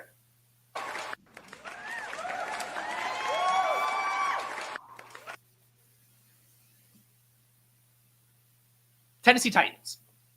As I've talked about rookie quarterbacks a few times, I think the Tennessee Titans are also a great place for a rookie quarterback. Not a bridge. Not a bridge quarterback. They need a rookie. If I hear the Titans get, I don't know, Aaron Rodgers, I'm going to punch someone in the face. They need a rookie quarterback. Or just honestly give it back to Will Levis. Like, I want to see them develop someone. The answer is not Will Levis. They need a rookie quarterback. But they finished the year 9th in protection rate, so the offensive line's not too bad. As we know, they invested in J.C. Latham. Calvin Ridley's under contract next year. Tony Pollard's under contract next year. Chikonkwo ended the year super strong. Tyjae Spears ended the year super strong. The defense was actually really stingy. Very stingy defense. So honestly, all the pieces are there in Tennessee for a rookie quarterback to go in and be developed. Not saying they'll win a lot of games or be great in year one, but that's the true path for the Tennessee Titans. That's what they're longing and needing. They can likely even make this better. No, they have a top 8 draft pick right now. Get a quarterback round 1, wide receiver round 2 or 3 maybe, depending on how you want to attack it. Because you have Calvin Ridley out wide at wide receiver 1 right now. You don't necessarily need a true alpha. You just need someone like a Ladd McConkey, just in the slot or just as a wide receiver 2 to pick up the pieces. So I really like the Tennessee Titans' potential. I think I was a year too early on them. As you guys remember, I was really attacking them this year. I really was. Tony Pollard especially, but even Will Levis. Will Levis was my late round QB, and God. Really believed in him. Really did. But again, I think the pieces are all there. I think Callahan's fine. I think Brian Callahan is fine. I know that this wasn't a great year for him, but I really think it was just Will Levis. I mean, because we saw Mason Rudolph. I mean, he was pretty decent. And I think that again, lends some credence to the fact that a rookie quarterback would probably do pretty decent here. So that's what I want to see the Titans do. Oh, no, they may trade Calvin Ridley and their first to the Patriots for the 101. Because remember, we had the Calvin Ridley Patriots rumors for a minute there. Interesting one to watch. I'm very curious to see who the Patriots trade with. Anyway. I want to shout out Malik Neighbors.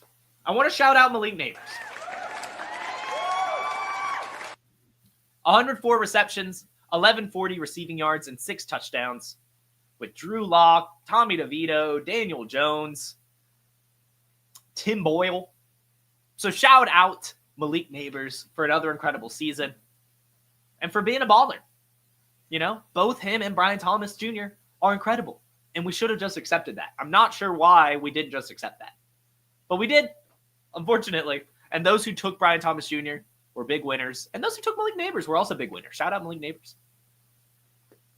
Another team that just destined to suck. We talked about it slightly earlier when talking about Jerry Jeudy. It's the Cleveland Browns. And sorry, Jamie, I know you're probably in the chat somewhere. But the Browns are just destined to suck. Again, I'm not sure why they benched Jameis Winston. It'll never make sense to me. I'm not sure why they spent so much money on Deshaun Watson. And I'm honestly not so sure why they're sticking with this coaching staff. To be completely honest with you, I really think they need to blow up this organization completely. General manager, coaches, players, get rid of it all. I don't want to see Nick Chubb in the uniform next year. I don't want to see Myles Garrett in the uniform next year. I don't want to see a single person, maybe except Jerry Jeudy, on this team next year. We can keep Myles Garrett. That was a bit too far. They could keep Myles Garrett. But they really do need to blow this organization up. Because like the Colts, they need to figure out their identity as well. Because they've been good when they lean on Nick Chubb. They've been amazing when they lean on Joe Flacco and Jameis Winston. So maybe they really just need a gunslinger back there. But as things stand, they're like the Colts, 2 different teams. They need to build one team. And it does start. They did restructure Deshaun Watson's contract. I don't understand the cap wizardry. I don't pretend to be a cap wizard. I don't get it. I don't think it's real. But the too long didn't read, based on the article I read, is that they added a dummy year into his contract, converted some stuff to a signing bonus, and that in 2026, if they are to release them, they can actually clear some cap, which was not the case before. It also seems that this contract may be one that they could offload to another team in a trade for almost nothing, just because of that ability to clear cap in 2026. It really is just a 1-year rental for someone. So it's either they're setting themselves up for 1 more year of Deshaun Watson, or they're going to pay some dead cap, or they're going to move him to somewhere else. And we'll see him be a cap casualty in 2026. But either way, the Browns need to commit to one thing. If it's Deshaun Watson, then they better get, I don't know what they need. Actually, Deshaun Watson's pretty bad. So hopefully they don't commit to Deshaun Watson. But something's telling me the Cleveland Browns will commit to Deshaun Watson because unfortunately, they're just destined to suck. They're just one of those teams that will always be bad. But, you know, there are some good signs out there, right? There are teams and players that seemed that they were always going to be bad that bounced back, and that's Sam Darnold. I have to shout out Sam Darnold.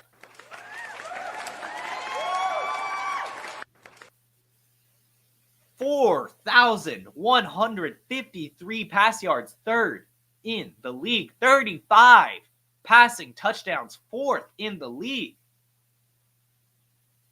Only 2 losses.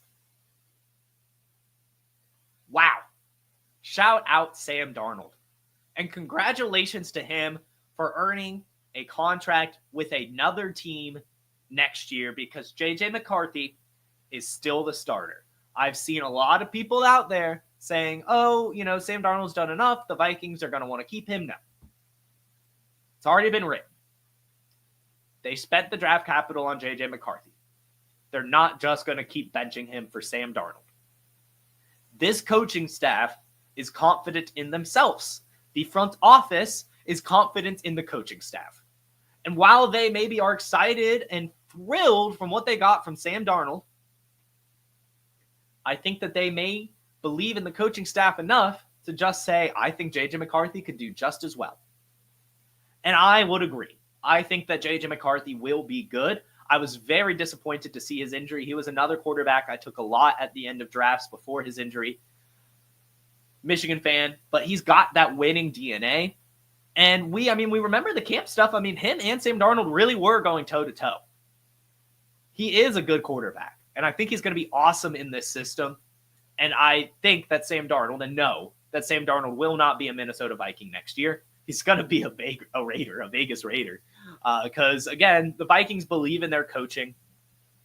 And I think both parties here, right, the Vikings and Sam Darnold, both believe they deserve another chance. But they're not going to J.J. McCarthy's playing next year. He is. I know it's crazy. But it's happening. And that's just the way the NFL works. It's like the Falcons, right? When it's close, you go with the entertaining option. And I still think that J.J. McCarthy is just as close to Sam Darnold and has the higher ceiling at the end of the day to where they will go with the entertaining option. And that's J.J. McCarthy. So Sam Darnold, shout out to you for an incredible season. I'm excited to see you in the black and silver next year. Earlier, I talked about how Josh Allen is the only player you want in Buffalo, except for arguably the running back. That's always going to be the case, right? Like on good offenses, you want the running back. Jordan Love is the pocket passing version of Josh Allen. You only want him in Green Bay. Again, these Packers wide receivers are just too hit or miss, and there's no true alpha safety net. I will contend they might add one in the draft this year. I would not be surprised if the Packers drafted someone in the first round this year. I think that there's a really big chance of that happening, especially with Christian Watson still proving he can't be healthy and Jaden Reed ending the year in such a down way. I think the Packers are definitely looking at wide receivers, so this is subject to change. But as of right now, I don't want Romeo Doubs. I don't want Christian Watson. And I don't want Jaden Reed. And I hate saying that because I love Christian Watson. But at this point, he's not startable. And neither is Doubs or Jaden Reed, really. Romeo Doubs finishes the wide receiver 52 with 10.2 points per game. Had 2 games over 19 points. Christian Watson finishes the wide receiver 72 with 7.5 points per game and only 1 game over 19 points. And then Jaden Reed, he was the one we liked, right? Wide receiver 26, 12 points per game, finished with 3 games over 19 points, but most of that was at the beginning of the year and just fell off as the year went on, and the other players got involved. And I see a Tucker Kraft comment in here as well. My guy, Rob.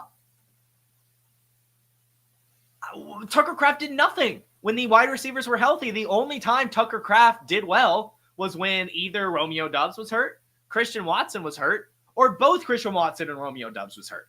So there's just not enough room for consistency in this offense for me to take any of these Packers at cost. In best ball, I'll probably still take my Christian Watson chances because that's just me. I can't quit him. But for the most part, these weapons are too hit or miss for me to want anyone else on this offense other than Jordan Love. And then arguably Josh Jacobs. We'll see where his price settles. Just like with James Cook, I want to see where this price settles. Because I might be priced out. Although maybe not. It just depends. It just depends. We'll cross that bridge when we get there. But as of right now, Jordan Love is the pocket passing version of Josh Allen and the only player you want really in Green Bay, except for arguably, of course, Josh Jacobs. And we talked about a few quarterbacks being the truth, and I just want to say Jaden Daniels is the truth. We already knew it. But 3,500 passing yards, 25 passing touchdowns, only 9 interceptions, and the 4th highest QBR as a rookie. He deserves his round of applause this week. Finished the year as well with 864 rush yards and 6 rushing touchdowns. Just an immaculate season from him. Will win the Offensive Rookie of the Year. And for everyone that heeded my advice to trade Caleb Williams for Jaden Daniels and a cherry on top, I really hope you did it in Dynasty because that was the move of the offseason. And I really hope you did it. I know I did it for Drake May. I did Caleb Williams for Drake May and Josh Jacobs. I mean, think about that. I traded Caleb Williams for Drake May and Josh Jacobs. Woo! Woo, woo, woo, woo. So listen to me next year when I give these crazy trade takes because trading, I think, is my bread and butter. My final season take. But then I've got some dynasty takes. I have so many takes today. Thank you for buckling up. I wanted to end this season strong. And yesterday, as mentioned at the top of the show, I started putting together this show sheet yesterday morning even. I was preparing to go live yesterday morning, but then I was like, well, I want to see Monday Night Football. I want to see Monday Night Football. I want to come in on Tuesday and celebrate with everyone and truly wrap up this season. And I wrote in my notes. In fact, I'm going to share my screen. I wrote in my notes at like 2 p.m. yesterday and highlighted manifesting a league winner J-Mo take. Highlighted it. Because as you guys know, I'm the president of the Jameson Williams fan club. And boy, did he do it. Oh my God. 8 targets, 5 receptions, 77 yards, and a touchdown and a rushing touchdown. And if we remember last week, 143 yards and a touchdown. Jameson Williams is the truth, ladies and gentlemen. He's the truth. And I couldn't be happier about it. I could not be happier about it. Jameson Williams, despite his 2-game suspension, finished as the wide receiver 23, averaged 14.5 points per game on a team with Amon-Ra, St. Brown, Sam Laporta, and Jahmyr Gibbs. He's a stud. He's amazing. And Jameson Williams, you have my heart. Love him. God, I love him. So a final applause for Jameson Williams and his 2024 season. Oh, man. That felt so good. And hey, that's a good take, Rob. They are the opposite of the Packers. You want everyone. You just want everyone. Give me them all. Even Jamar Jefferson. Give them to me. So that is it for my season reactions. Stick around, though, as I still have some dynasty takes. These will be quick. And then we're going to crown the fantasy MVP. Is it Baker Mayfield? Is it Jaden Daniels? Is it Bucky Irving? Is it Chase Brown? Is it Brock Bowers? Who will it be? Finding out soon. But first, the dynasty takes. And these are for my sickos out there. For those of you that didn't win your championship or already ready to make some moves, these are some fun ones I thought of. There's plenty more out there. And next week, as you know, this is the last episode of this week. We'll be back next year for some, more fantasy stuff and dynasty stuff. And I'll give some more dynasty buys and stuff. But these are the ones I wanted to go ahead and mention real briefly. We're going to start a very, very sneaky and fun dynasty buy. Wide receiver 80 on Keep Trade Cut is Roman Wilson. Roman Wilson was a player super shined at the Senior Bowl, super shined at the Combine. Hyped him up a ton this offseason, but was unfortunately snake bitten by the injury bug.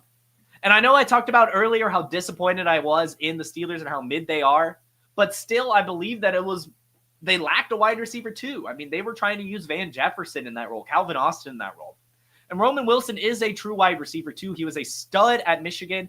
And if you're looking for a player comp, it's Ladd McConkey. Roman Wilson and Ladd McConkey are the same size, run the same 40, and have the same exact skill set. And I really do think that Roman Wilson will fit perfectly in the Steelers offense going forward. And I want to buy him right now while he's at a discount. Wide receiver 80 on Keep Trade Cut. Get Roman Wilson while you can. And I know we talked about all these rookie quarterbacks being the truth. Caleb Williams is the truth too. I'm going to put my neck on the line.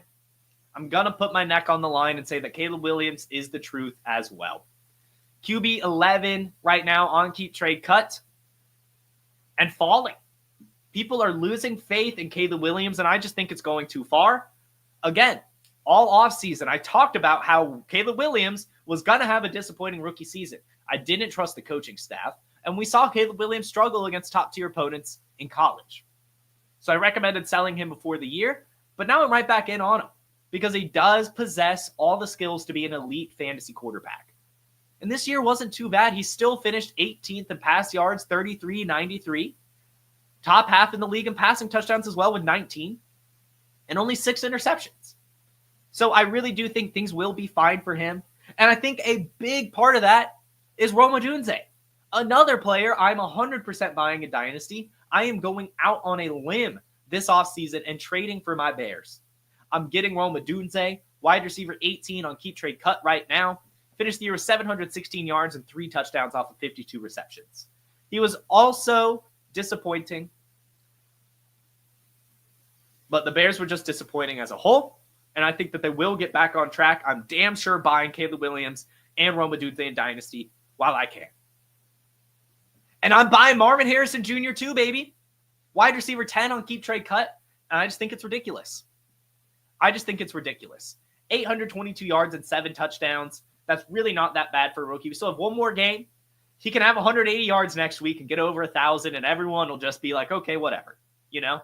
But right now, he's cheap for the talent that he is, and I still believe in the Cardinals' offense.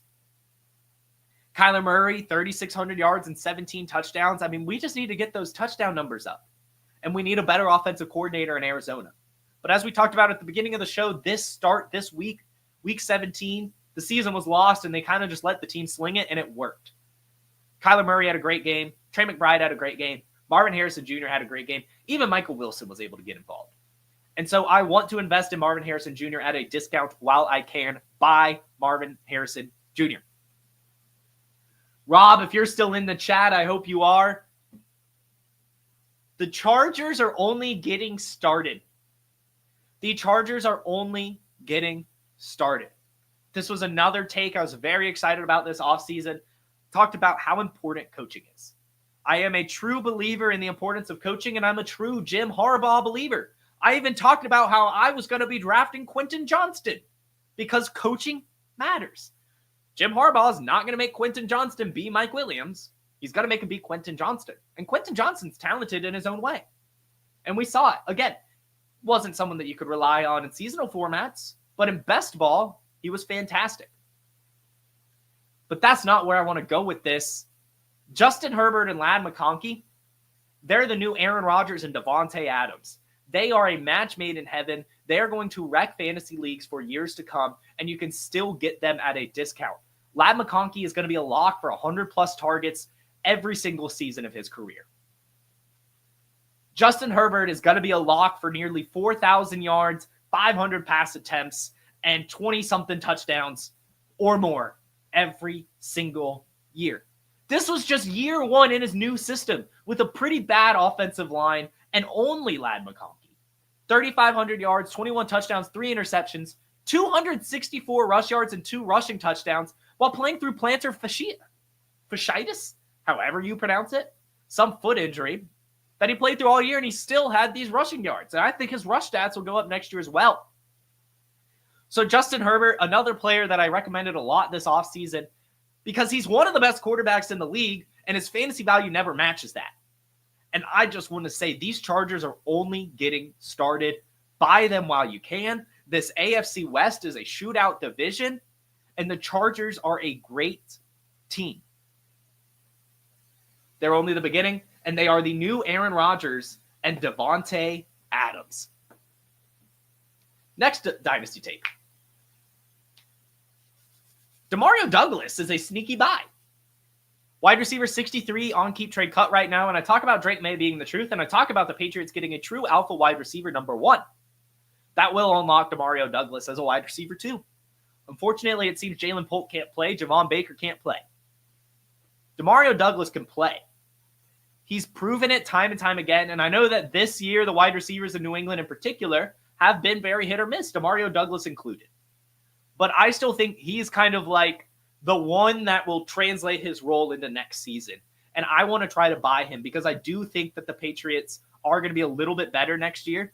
And I do think that a true alpha wide receiver 1 in New England will not only unlock Drake May a little bit more, unlock that wide receiver 1, but also Demario Douglas, who will have a little bit less coverage and be able to just be a little bit more creative and utilize a little bit more properly. So that is a sneaky buy to me. I already talked about this one take, but again, I'm very curious what the Raiders are going to do at quarterback this year. Seems like my take was answered for me during the show. It's Sam Darnold. But I do just want to say briefly that this will not affect Brock Bowers. He's QB proof. He's a true stud. I'm honestly fine paying the tight end 1 price tag for Brock Bowers. Rondale Moore, true dumpster dive candidate. But I wrote this down while watching the Falcons game, and I kind of like the identity thing with all these teams that I've talked about today. The Falcons receivers don't match Michael Penix, if that makes any sense. Because if you look at where Michael Penix had success, in Washington, his receivers were shifty. Rome Odunze, an excellent route runner. Jalen Polk, a pretty solid route runner. Jalen McMillan, a really good route runner. But then you look at the Falcons and it's like Drake London, a clasher. Kyle Pitts, not shifty at all. Darnell Mooney, mostly just a field stretcher. And then Ray McCloud. And I know that Rondale Moore hasn't really done anything, but at a wide receiver 103 price tag, I'm going to say he's a dumpster dive candidate. I mean, because the wide receiver success that we've seen on Michael Penix are these shifty players that just kind of find themselves in the open field, and Penix is able to sling it to them. So I know that Rondale Moore missed all of this season and is actually a free agent after this year, but I think because of that, he will re-sign with the Falcons, probably take on that Ray McCloud role, be a lock for like 60 to 70 targets next year, and be fine. So I want everyone to remember this, that I said Rondale Moore on December 31st, 2024. And lastly, my final dynasty take before crowning the 2024 Fantasy MVP. Do not forget about this year's rookie running backs that didn't hit. Let Zach Charbonnet, let Tank Bigsby, let Kendre Miller, let Chase Brown all be important lessons to you.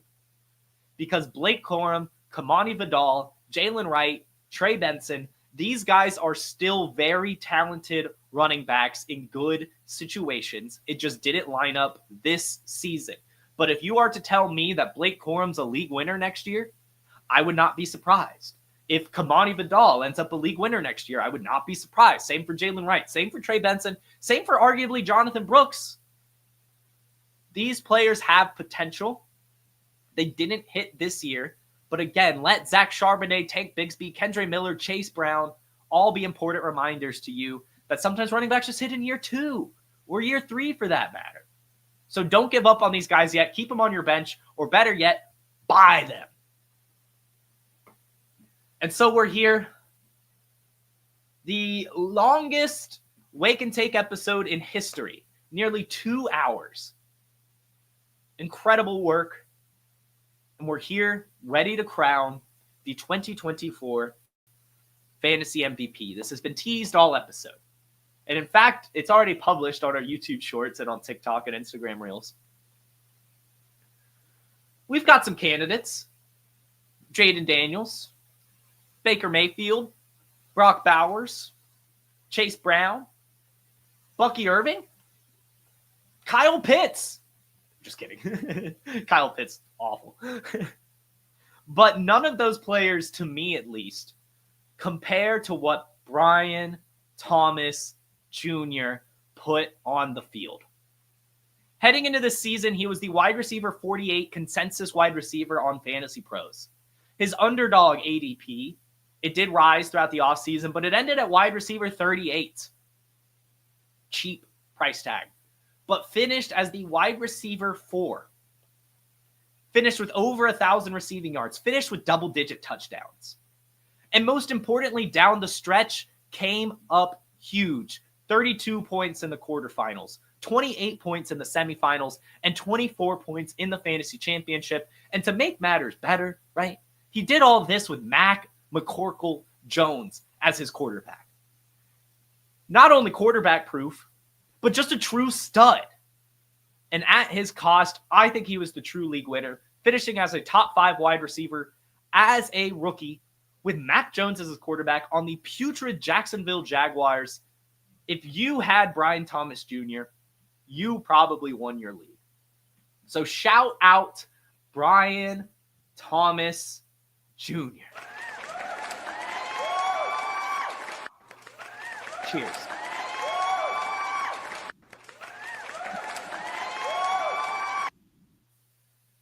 And ladies and gentlemen, that will do it for the 2024 fantasy football season. Monday through Friday, 10 a.m. Eastern, you guys tuned in. You listened to me yap for countless hours this season. And I know I've said this a million times, but you guys are amazing. I am so grateful to you, the audience, to PlayerProfiler for giving me the platform, to everyone, really, for making this such a great season, Dustin for producing the show. Seriously, cannot get over how happy I am with the product I was able to put together, and for you guys to tune in and still listen to me all season long. It means so much to me.